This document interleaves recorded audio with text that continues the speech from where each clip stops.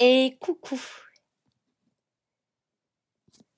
C'est avec une certaine émotion, un certain senti que je vous adresse là ces mots, ce verbe, qui je l'espère vous sera fort soutenant, sera soutenance, à travers ces énergies de cette lune, de cette lunaison, là, au cœur de ce mois d'avril 2025. Être et agir, ce qui nous rend uniques. Être original, originel. Une lune pleine en cette date du 13 avril 2025.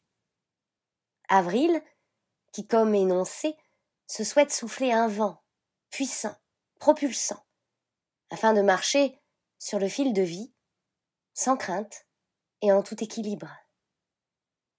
Avril à l'équilibre du tout. Au cœur de ce mois se prononce alors là, au là, troisième œil, un sacré nettoyage, qui par le corps provoque en soi aussi bien des crises paniques, sensations de peur panique, de désorientation, ou encore de grandes pertes de repères. Les mots, M-A-U-X, peuvent se faire sentir, s'offrir à vivre à travers les sphères neuronales, nerveuses, des tensions nerveuses, ou encore la dite sphère ORL. O-R-L. Par ces énergies, cette lune ne vient pas nous conter fleurettes, ni même nous murmurer de doux mots au creux de l'oreille. Non. Il s'agit davantage d'un cri, strident, ardent, un cri décontenançant, qui peut faire résonner un tel ordre en soi. Ordre à s'ordonnancer, s'aligner, se ranger entre guillemets du côté de la vie. Le tout pour, dirons-nous, nous sortir d'une posture de survie qui a largement fait son temps, comme on dit.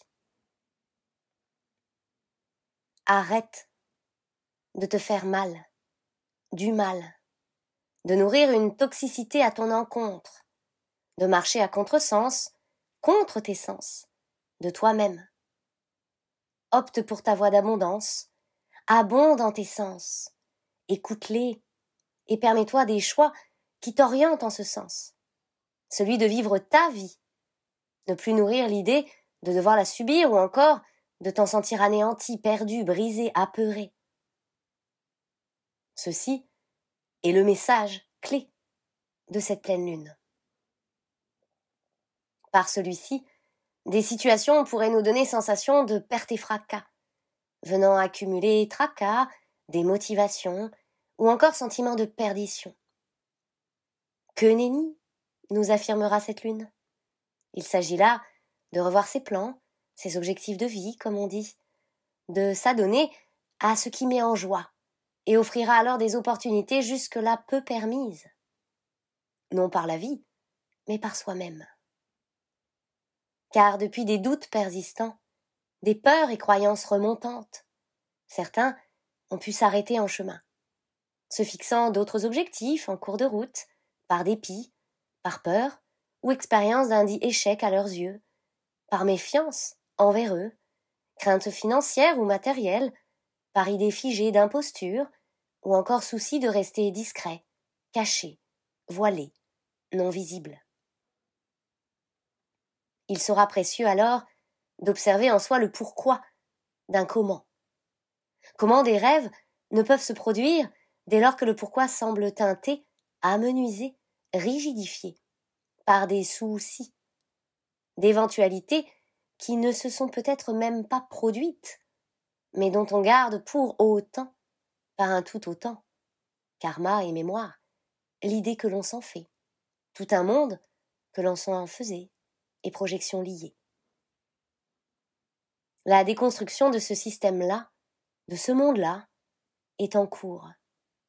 Car il faut bien se l'avouer, cela participait grandement à nourrir le fameux syndrome de l'imposteur en soi, le syndrome de l'artiste ou l'enfant incompris, de l'éternel incompris, ou encore le saboteur intérieur qui s'en frottait les mains, des mains qui ont là fort besoin d'être rendues au Créateur que nous sommes, et non plus de rester prisonnière. Il va de soi que chacun conviendra là qu'il se souhaite maintenant accueillir et vivre vie au gré de ses souhaits les plus chers à son cœur, motivé par une volonté, entre guillemets, de bien faire, et par essentiel, une volonté d'ancrer et incarner tout ce chemin parcouru. La Lune nous rappelle que les initiations vécues jusque-là n'ont été que des moyens de libération quant à des projections qui entravaient nos agirs. Maintenant, il revient à chacun de s'offrir la transcendance, peut-être ultime, tel le saut de foi tant décrié, en le fait d'actionner, de poser des actions qui abonderont en le sens de vie et non plus contre soi. Vaste épilogue ici, n'est-ce pas? Vaste champ au possible qui révèle la pleine responsabilité de soi à soi et la nature de la relation que l'on continue de nourrir vis-à-vis de soi-même. C'est une lune qui met l'accent, l'axe, en, avec forte précision sur la nature de la relation à soi. Elle invite à ne plus se gâcher la vie, comme on dit, ni même à se gâcher, ou à gâcher tout le potentiel vivant qui nous habite. Elle renforce ce lien précieux au soi, et génère en chacun le besoin, quasi vital, de se décider à passer un cap, sacré cap.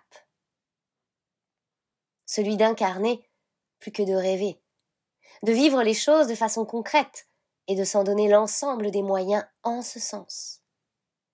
Telle est la cohérence que cette lune ne fera pas que suggérer, mais bel et bien imposer.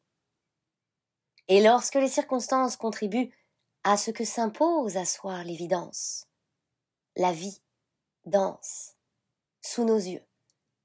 Il devient, avouons-le, de plus en plus difficile, si ce n'est impossible, de ne pas répondre aux injonctions puissantes d'une présence impérieuse à être présent, présence, et agir en ce sens depuis pleine conscience. Alors, chères âmes foi et confiance sont de rigueur en cette traversée lunaire. Il peut être nécessaire de renforcer des liens en soi, à soi, comme à l'autre. Prendre soin de son corps, écouter ce corps comme les lieux qui sont plus que jamais révélateurs, parlent et même crient pour bousculer certaines habitudes, mais in fine, ancrés de toute autre réalité, prête désormais à se laisser vivre. Si l'on accepte de s'y laisser être. Voyons par élément l'influence de cette pleine lune quant à cette acceptation à se laisser être. Élément R. Vos objectifs passés peuvent ici ne plus vous satisfaire. Il y a un certain découragement dans l'air, un vif besoin de chercher, dirons-nous, un but plus élevé.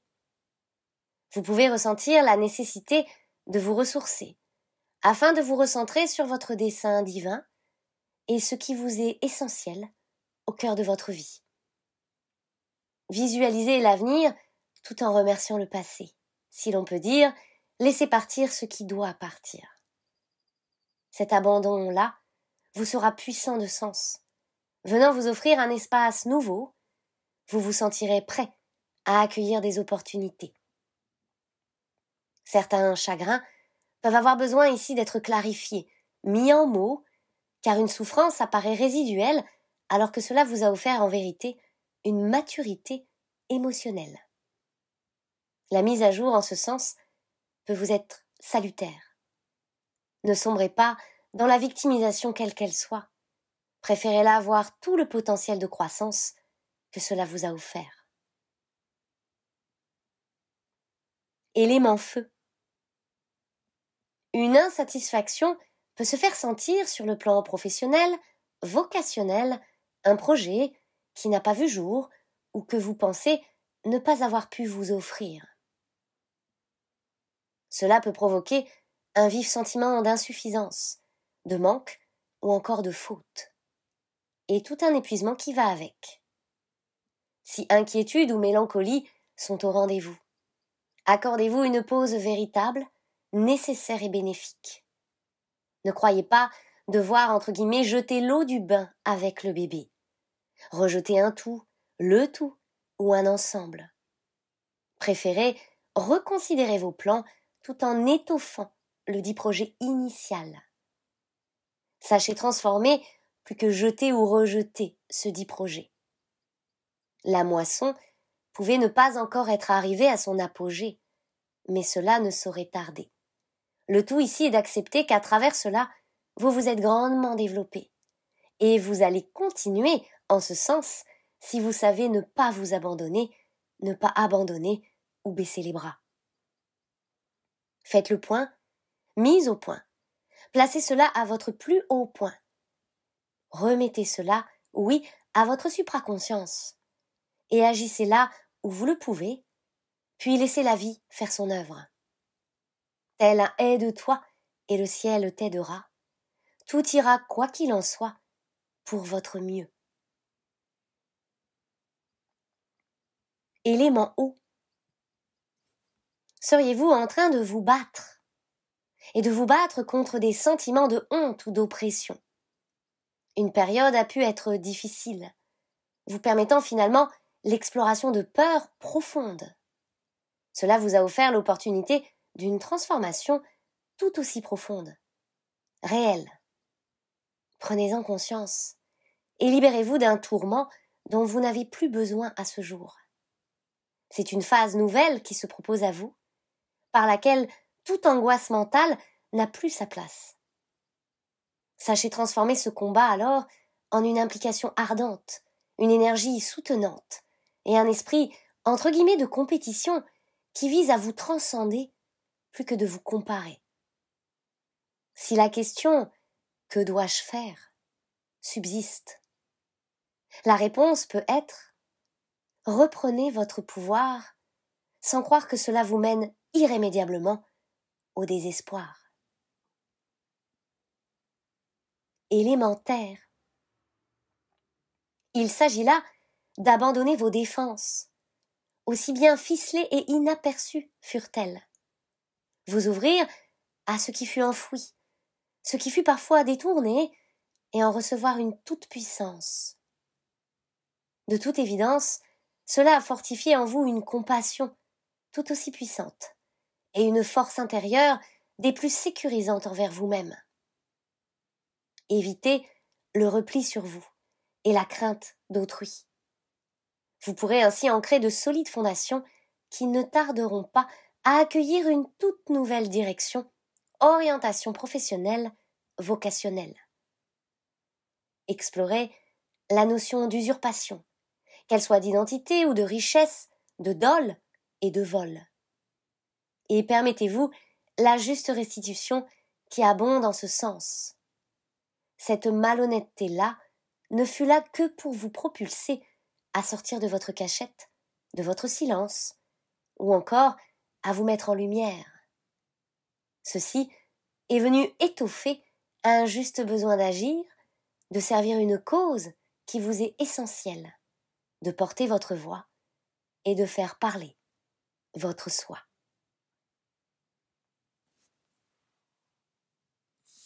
Avec amour, Cléophée.